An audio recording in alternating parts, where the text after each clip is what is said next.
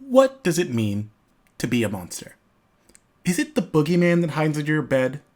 Is it the stranger walking up behind you late at night? In my view, this question is a great jumping off point. Today, I'm going to be talking about the morality of what some may consider the biggest monster in recorded history. The great Genghis Khan, who many called the Scourge of God, which I have to say is the most kick-ass epithet I've ever heard. I mean, think about it. If somebody told you that the Scourge of God was coming to conquer your city, you'd have to be an idiot to not surrender.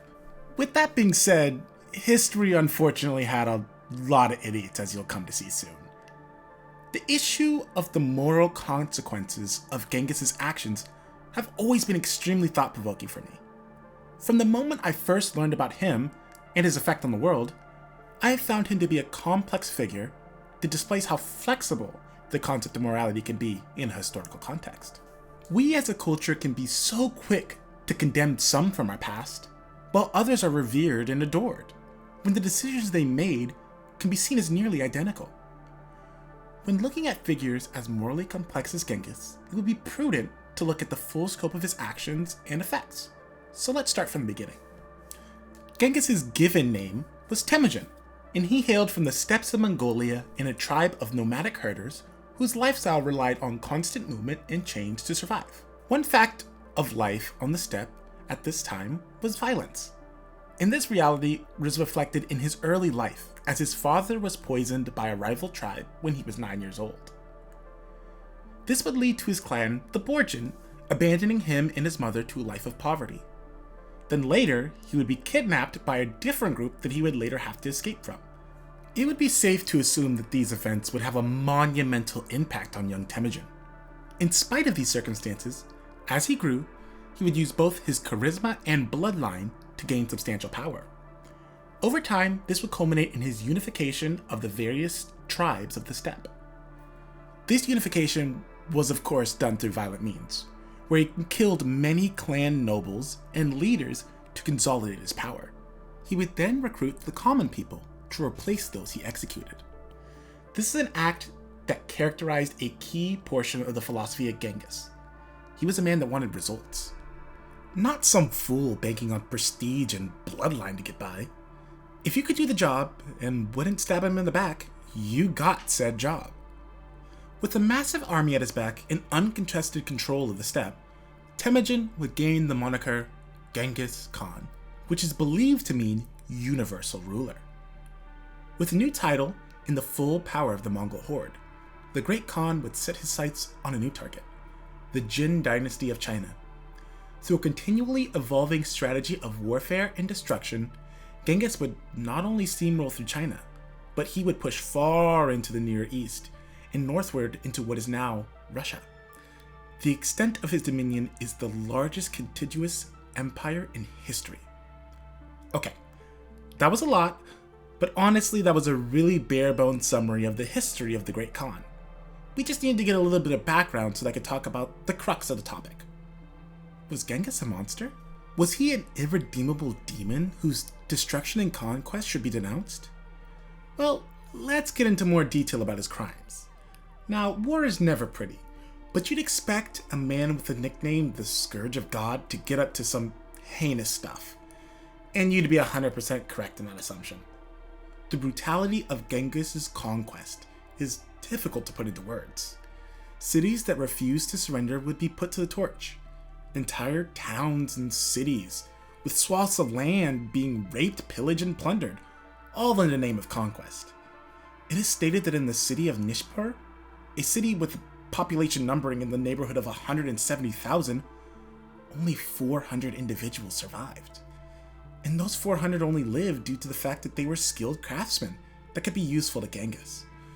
Over 99% of the people that lived there died. That's a level of destruction, pain, suffering, and cruelty that is hard to imagine. With but a single example, it can be hard to see this man as anything other than a demon in human form.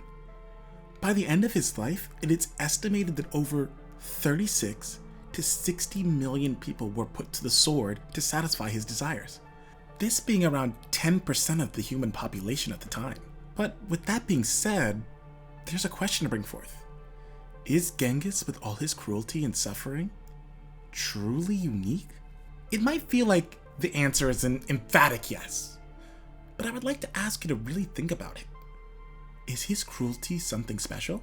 There's another famous empire that also committed similar acts of cruelty, yet is seen in a much better light, and that would be the Great Roman Republic and Empire.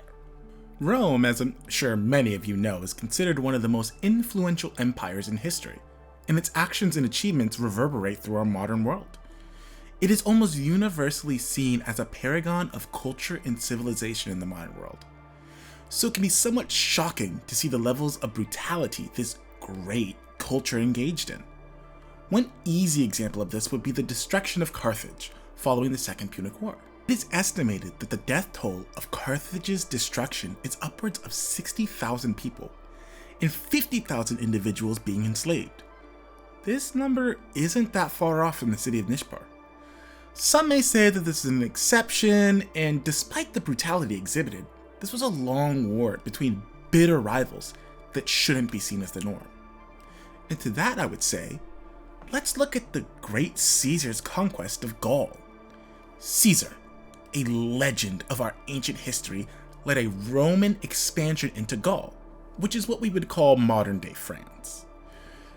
During Caesar's years-long campaign, it is estimated that over 1 million individuals were killed, and another million being enslaved as a result of his conquest. It is estimated that there were 3 million people living in this region. It's over 60% of the population.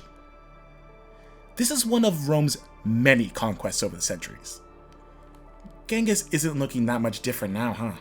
When putting the actions of Genghis in the context of other preeminent conquerors, it makes it fairly clear that the brutality of Genghis isn't particularly special in its cruelty. It could be said that the scope is what makes his act particularly abhorrent, but assigning more judgment to one over the other in this case feels a bit meaningless.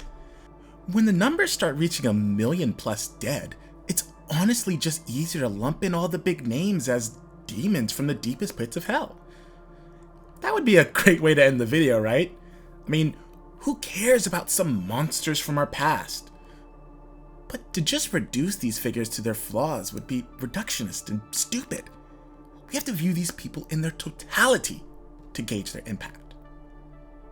The fact that these two figures committed similar acts of violence and brutality shows a clear disconnect between our perception of these figures and the reality of the situation. But why exactly is that the case?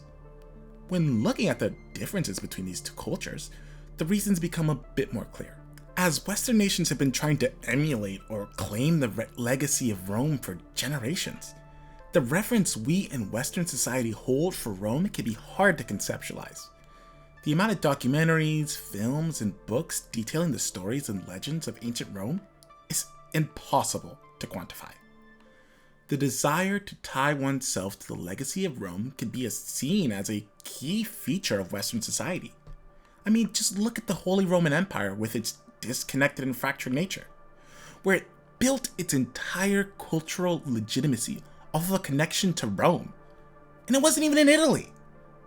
It could be said that the demonization of Genghis Khan can be seen more as a disconnect from a shared cultural consciousness than any true judgment of his moral fiber. Genghis Khan, while important, was obviously not a saint or anywhere close to a good guy by most definitions of the word. But which conqueror truly was? The idea of assigning our modern definitions of morality to these ancient figures was doomed from the start, especially when all figures are not held to the same moral standard. The cultural biases surrounding historians often impact our perception of historical figures more than the reality of the person themselves. Hey, Clint here. I hope you enjoyed this video on the morality of Genghis Khan and Julius Caesar. If you enjoyed the video, please think about subscribing or leaving a like and commenting. If you didn't like it, please leave a comment on something you think I could improve on. With that being said, I'd like to thank you for watching. See ya.